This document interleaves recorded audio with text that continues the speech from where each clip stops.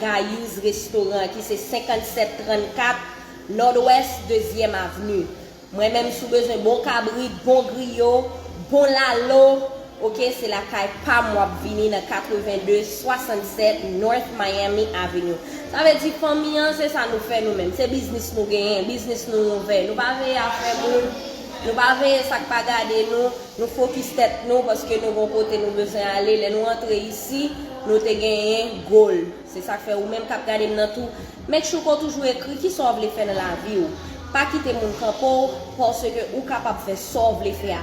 Le moment qu'on mette goal là, ou écrit goal là, ou dit mais ça me vle. Okay? This is my goal. I have to achieve my goal. This is where I want to go. This is where I want to be in the next 2 years, in the next 5 years. This is who I want to become. Ou suspend mind business moon. You start minding your own business. You give love to whoever give love back to you. Yes, you will be able to achieve your goal. And it doesn't matter if you start low. I always tell you guys, I started from the bottom. I used to knock on doors to make sure I sell my mom a plate of food. So which means it did not mean like I was bad or m'pas de goal pour m'être plus grand. Juste un côté que m'était commencé et chaque monde commencé un côté qui différent. But the main thing is respect yourself and respect others and how you carry yourself. That's one thing that is important as well. The way you carry yourself will open many doors for you. The way you treat others will open many doors for you. So make sure you stay humble.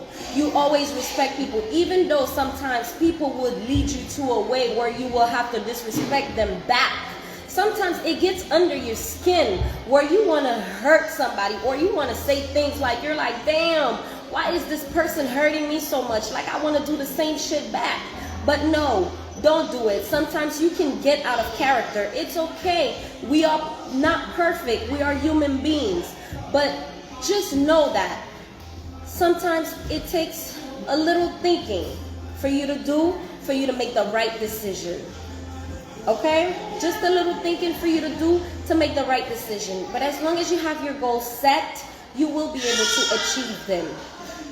Okay? You will be able to achieve them. So même jamais tant que tout, il était qu'on a fait manger la caille. Ça pas gagné 3 mois de cela, 4 mois de cela, 5 mois de cela, c'est ti manger la caille il t'a fait. Mais ti manger la caille là, vinn pote que il y a un sitting restaurant. Sitting côté ko ka chita ou fumer ou ka ou boire éclairé et en même temps tu vas manger bon manger. So that's how life is.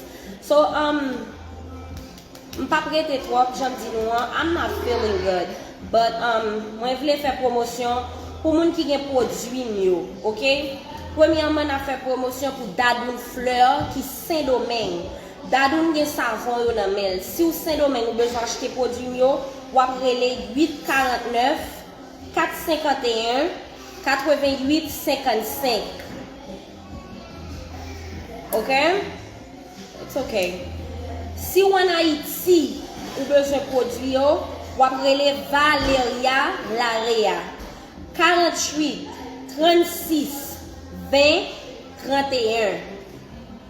Si que ou Philadelphia